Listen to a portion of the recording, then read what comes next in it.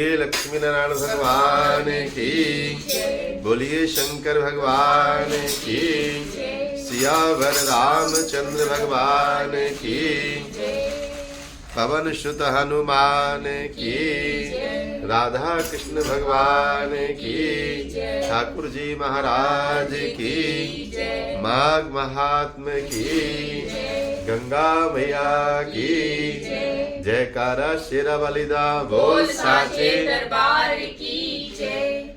ओम भजामो गणेशम नमामो गणेशम स्मरामो गणेशम जपामो गणेशम गणेशम गणेशम गणेशम गणेशम नमामो गणेशम भजामो गणेशम प्रणम्य शिरसा देवं गौरीपुत्रं विनायकं भक्तावासं स्मरे नित्यं आयुकामार्थसिद्धये।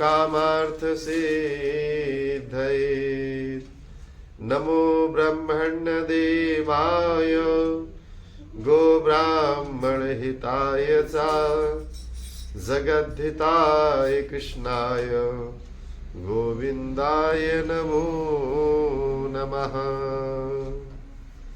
शिवं शान्तं जगन्नाथं लोकानुग्रहकारकं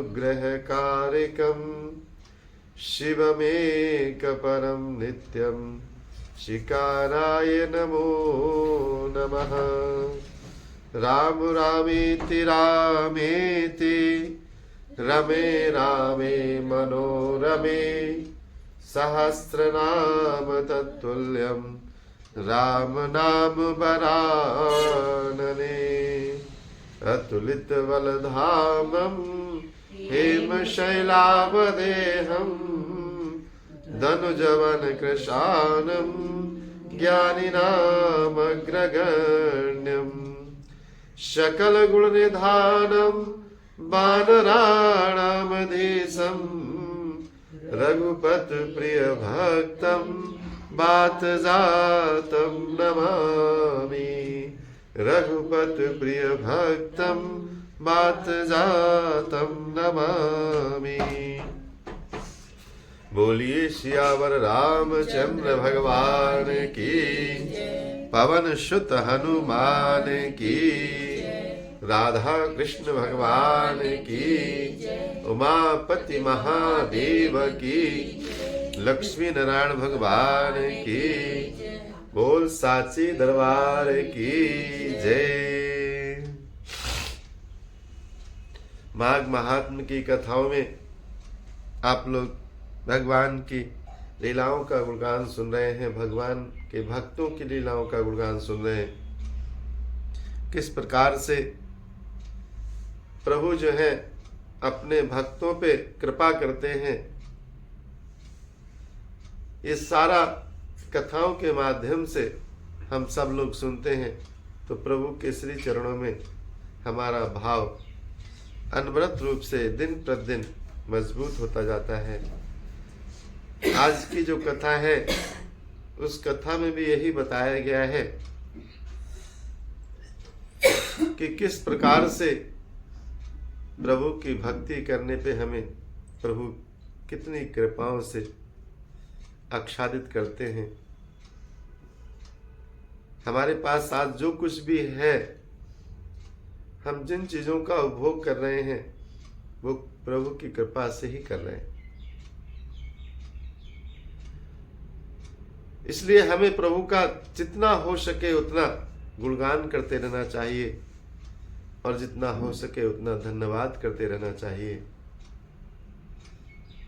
क्योंकि प्रभु की कृपा से बड़े आनंद से सुबह दोपहर शाम दाल रोटी मिल रही है और किसी प्रकार की कोई कमी नहीं है। तो जब उसने कोई कमी नहीं रखी है तो हमें भी कोई कमी नहीं रखनी चाहिए। आज की कथा कहते हैं भगवान दत्तात्रेय जी राजा को संबोधित करते हैं और राजा से कहते हैं, राजन एकाग्र चित्त होकर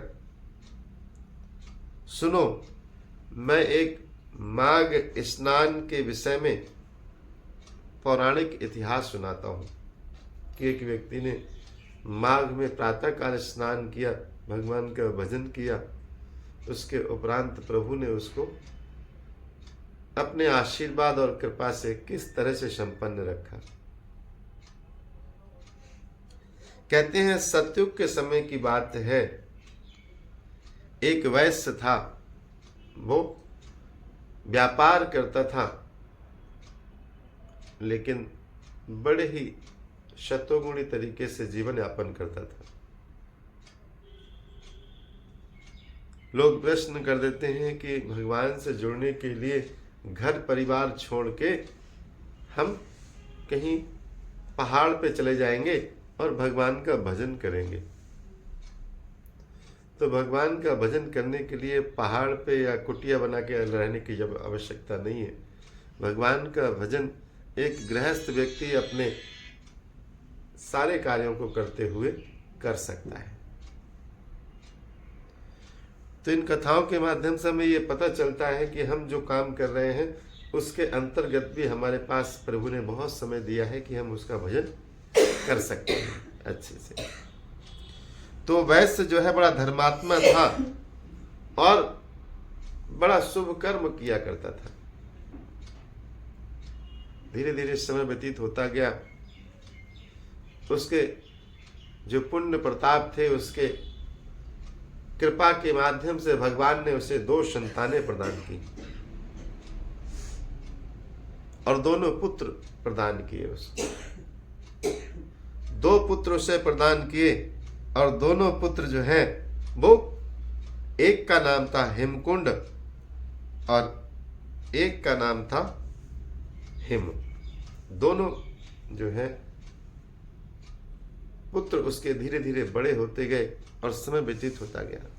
वैश्य जो है अनवरत रूप से व्यापार में व्यस्त रहता था। उसका व्यापार इतना बढ़ता गया कि खूब धनवान हो गया वो।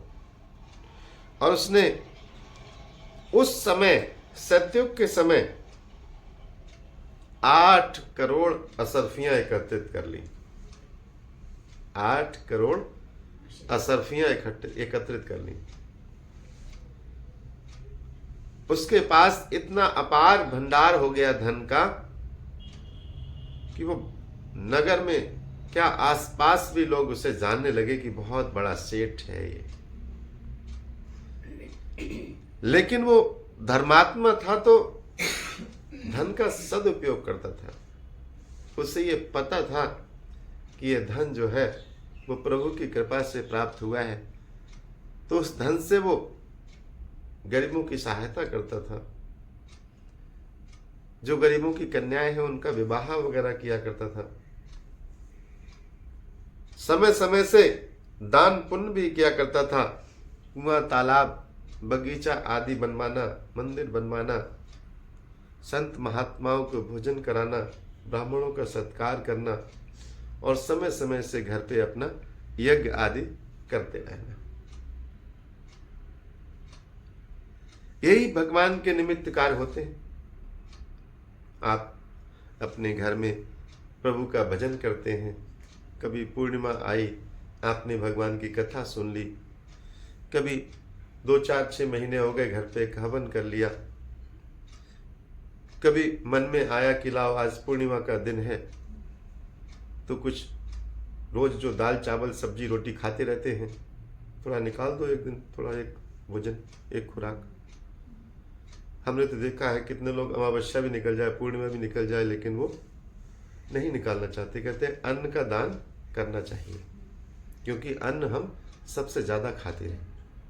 सुबह दोपहर शाम अन्न हम खाते हैं, इसलिए अन्नदान का बड़ा महत्व होता है। इसलिए आपने देखा होगा एकादशी है, अगले दिन द्वादशी है तो लोग निकालते हैं, अमावस्या है निकाल दिया, पूर्णिमा है निकाल दिया। तो अन्नदान का बहुत महत्व होता है, क्योंकि मनुष्य सबसे ज़्यादा अन्न बिगाड़ता है। तो वो जो आप उपयोग करते हैं उसको निकालते रहना चाहिए, जिससे कि हमें वो चीजें सहायक हों। तो नाना प्रकार से धर्मात्मा था और इन सब कार्यों को करते हुए समय व्यतीत करता था, और धीरे धीरे वृद्धावस्था को प्राप्त हुआ। उसे पता था कि भाई एक दिन तो इस संसार को छोड़ के जाना है।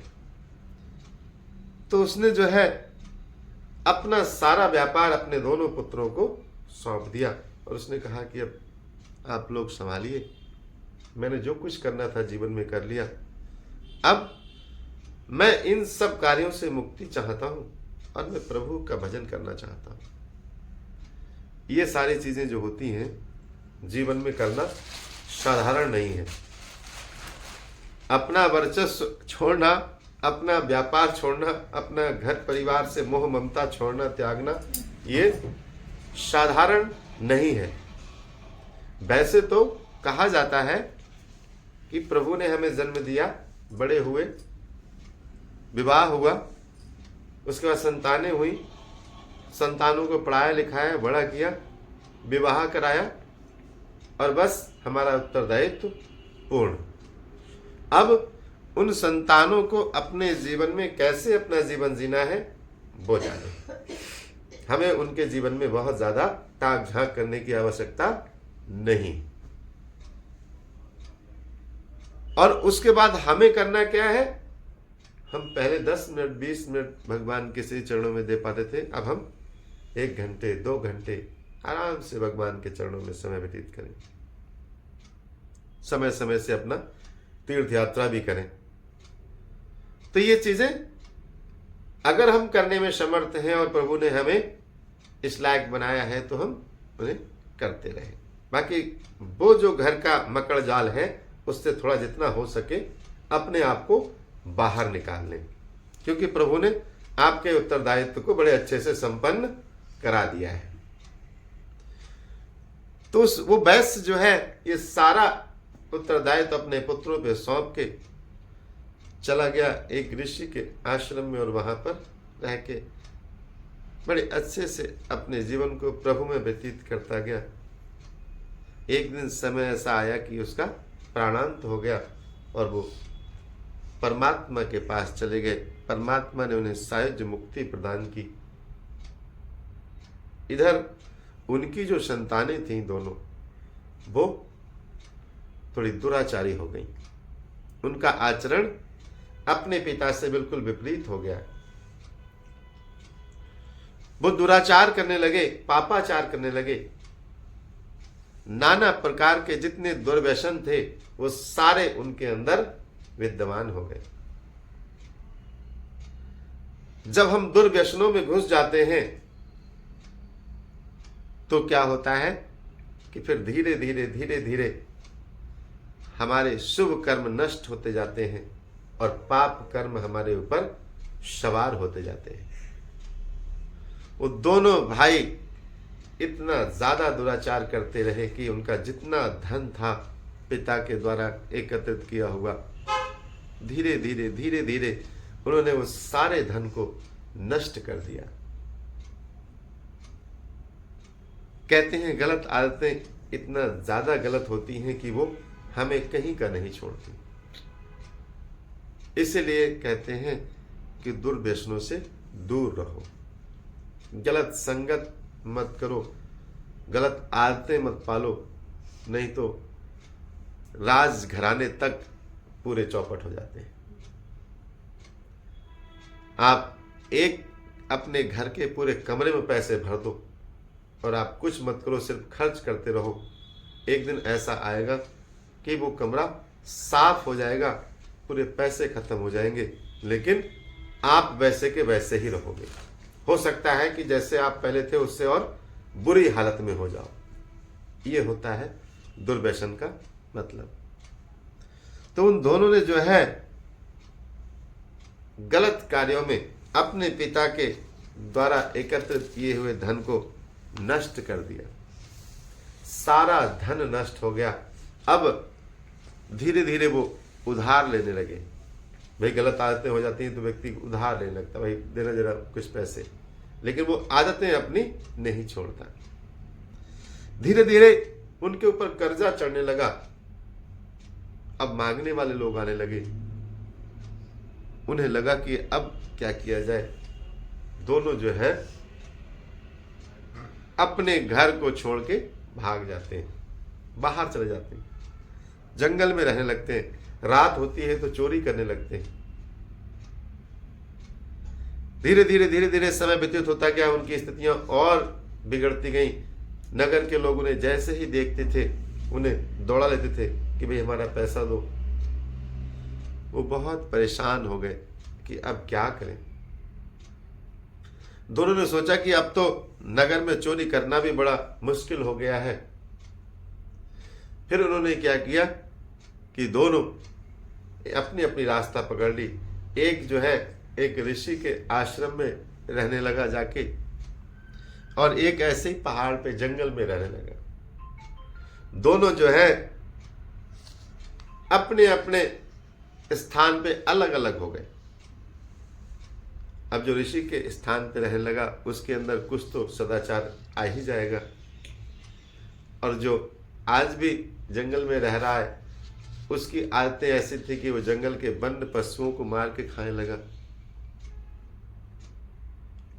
समय व्यतीत होता गया। उनकी भी अवस्था जो है अंतिम यात्रा की तरफ अग्रसर हो गई। कहते हैं आपने जो कर्म किए हैं उसी के अनुसार आपको परमात्मा फल प्रदान करेंगे। इतनी अपार संपदा आपको परमात्मा ने दी और आपने उस संपदा का कैसे उपयोग किया। अपने आप को तो आपने बचाया नहीं, अपने आप को भी झोंक दिया। तो ऐसा धन किस काम का जो आपको कहीं का ना छोड़े। तो कहते हैं जब उनकी अंतिम अवस्था हुई तो एक को जो है जंगल में सिंह ने मार डाला और दूसरे को ऋषि के आश्रम में जो रहता था उसको सर्प ने डस लिया। दोनों की मृत्यु एक ही दिन हुई।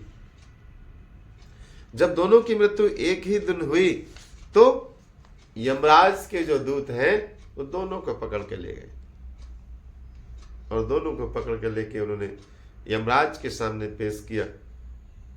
और जब उनका लेखा जोखा देखा गया तो मालूम हुआ कि ये दोनों तो बड़े पापाचारी हैं।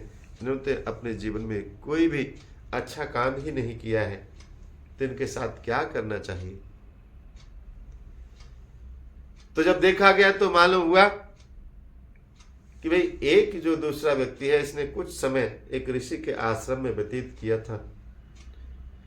किया तो कुछ नहीं था, लेकिन उस वातावरण में रह के कुछ वेद मंत्र, कुछ भगवान का भजन इसके कानों में पड़ता रह गया, इसलिए इसके कुछ पाप नष्ट हो गए। तो एक को नरक प्रदान किया गया और दूसरे को स्वर्ग प्रदान कर दिया गया। तो देखिए कुछ समय के सत्संग से उसे स्वर्ग की प्राप्ति हुई। तो सत्संग की महिमा तो इतनी है कि अगर हमें थोड़ा भी सत्संग प्राप्त होता है तो परमात्मा हमें उसका फल अवश्य प्रदान करते हैं। इसलिए हम सबको चाहिए कि सत्संग से जुड़े रहें और सत्संग अच्छे से करें, जिससे कि परमात्मा अपनी कृपा और आशीर्वाद हमें प्रदान करते रहें। हे परमपिता परमेश्वर, हम आपके श्री चरणों में प्रणाम करते हैं और हमें रोज समय से जगा के बुलाते रहना, जिससे ही हमारा माघ महात्म्य जो है पूर्ण हो जाए। हे परमपिता परमेश्वर, आपके श्री चरणों में कोटि कोटि प्रणाम और आपका बहुत बहुत धन्यवाद। बोलिए लक्ष्मी नारायण भगवान की, बोलिए शंकर भगवान की, बोलिए माघ महात्म्य की, बोल साचे दरबार की। ओम